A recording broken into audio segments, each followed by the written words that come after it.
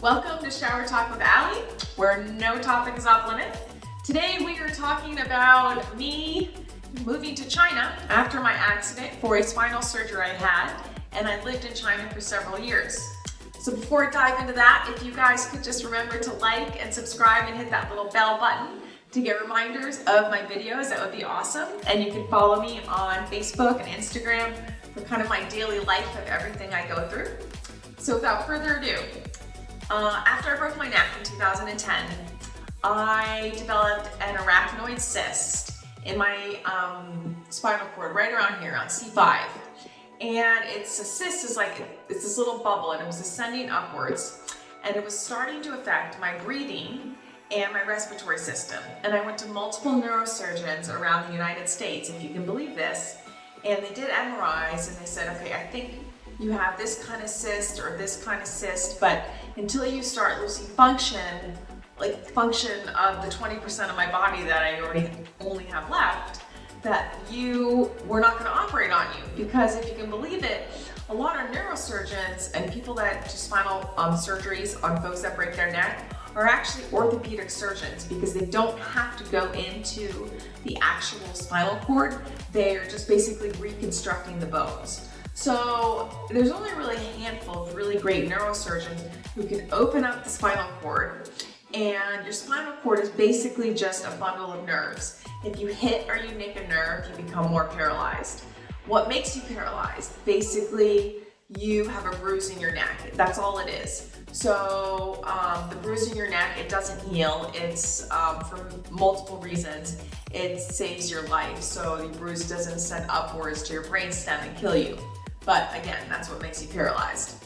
And so my dad and my family, I have such an incredible and supportive family, traveled around the world for me and found that in China, at the People's Liberation Army, were some excellent surgeons, and they just opened up this private hospital. And they were very familiar with doing spinal decompressions and opening up the actual spinal cord. And I have the videos, which you will see as I'm talking to you, of the actual surgery. So opening up the actual spinal cord, it's really, really tricky, and you need a really skilled surgeon. So I will get into the story of how I moved there, why, the whole episode of how I had to find Chinese caregivers and teach them in Chinese. I actually speak Chinese because I moved to China when I was 16, 17 after high school for a little while.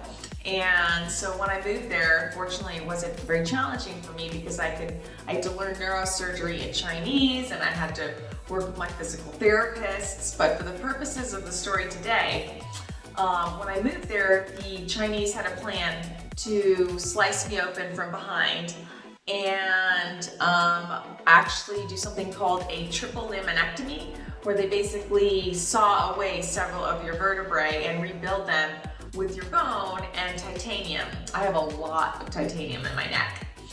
And what was pretty cool about this is that they have done this surgery thousands of times, because think about it.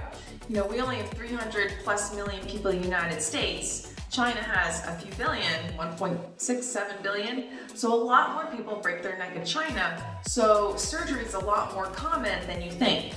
And there are some excellent surgeons there.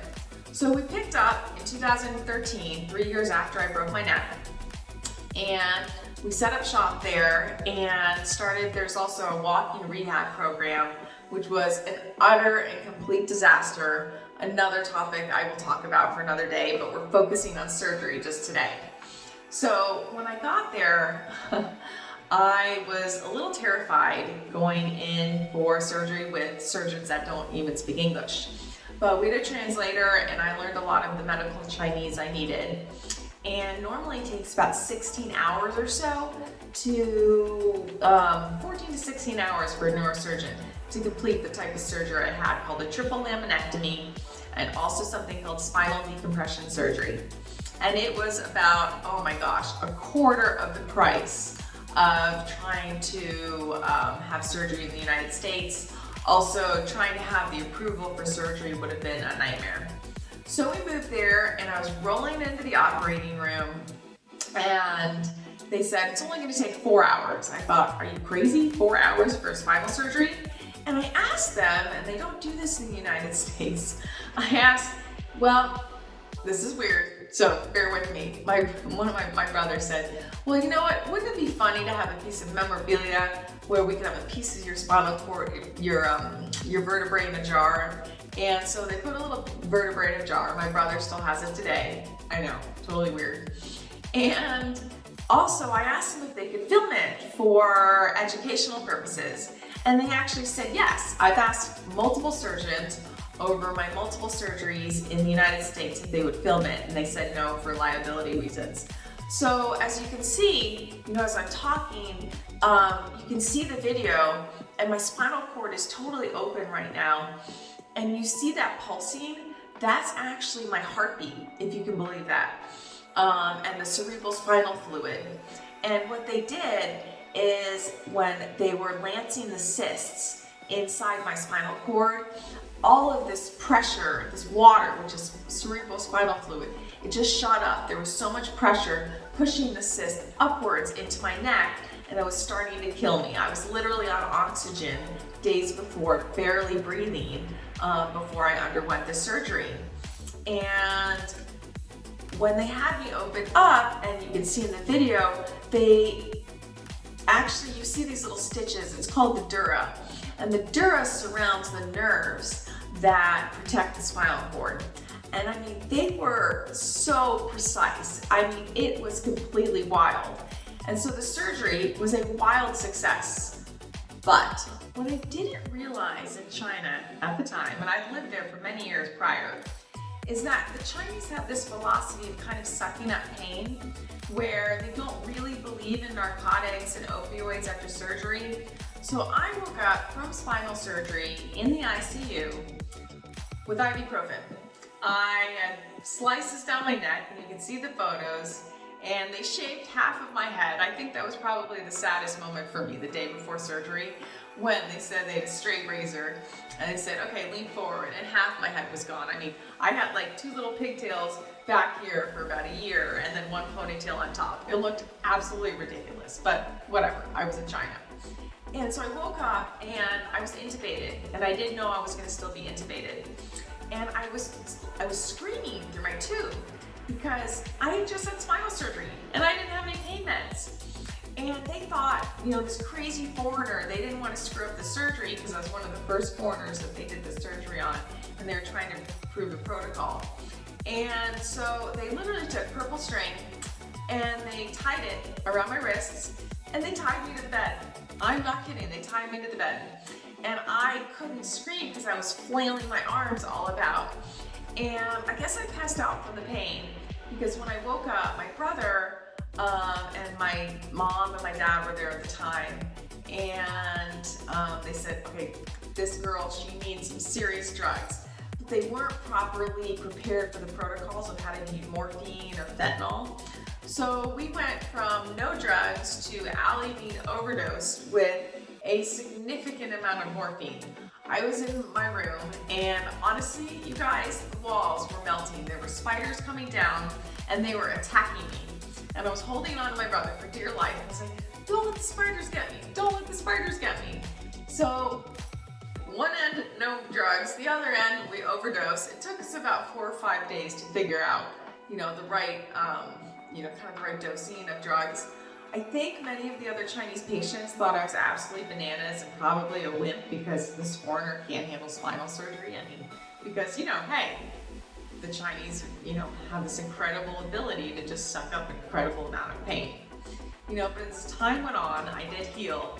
And I kind of had some serious disasters afterwards, because part of the spinal surgery is their hopes was with spinal decompression and relieving the pressure on the spinal cord that you could improve some of your motor function.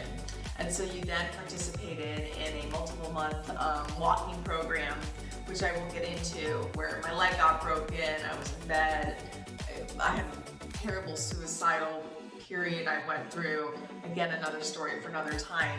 But just for the purposes of the surgery, it was a wild success. It was way less expensive than in the United States. Who would have thought that Chinese surgeons would be top neurosurgeons, but they were.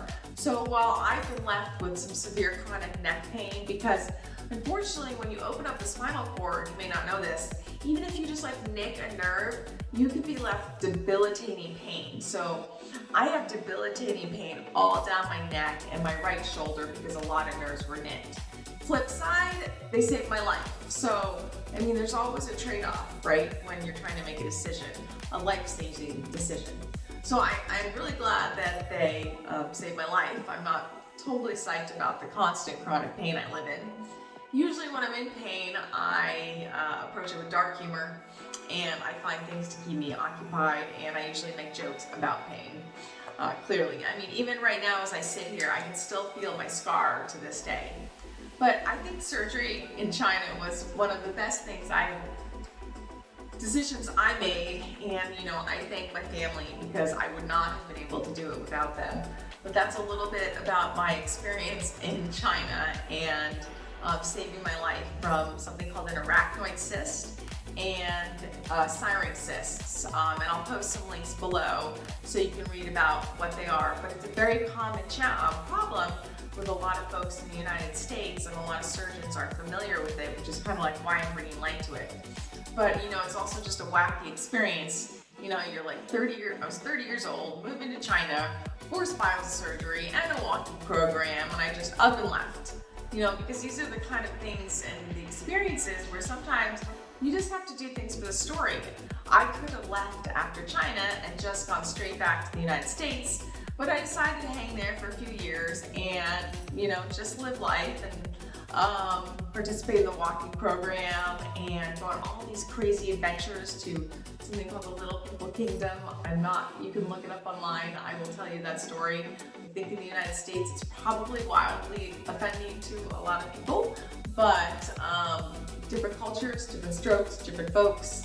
I mean, even when I was in China, every day I would roll to the hospital in my manual chair and people would pet my head and they would touch my legs and they would touch my arms and they'd say, "Can you feel that? Can you feel that? Oh, you're paralyzed. That's weird. Why are you paralyzed?" It was very bizarre. And I would honestly get a head pat every single day when I was walking to the hospital from some of the older Chinese folks, because I don't know if they felt sorry for me or they weren't used to seeing a foreigner in a wheelchair in that area. But again, it's just respecting different cultures, and it was not offensive. They would every day they would say, "Oh, you must eat meat. You're so fat." Yes, of course it stung a little bit, and yeah, I think I'm like size XXX compared to most people in China. But they didn't mean it like that. They meant it that I was a really healthy individual. So, just a little tidbits and a story about my surgical adventure in China to save my life from an arachnoid cyst I had that was literally killing me several years after my accident. With that, I hope you guys enjoyed the story. Story time again to come next week. And if you enjoy this channel, again, please like, subscribe, hit the little bell on YouTube. I really want to make this a thing, and really want to get people's opinions about what you want me to talk about. In comments, just comment below.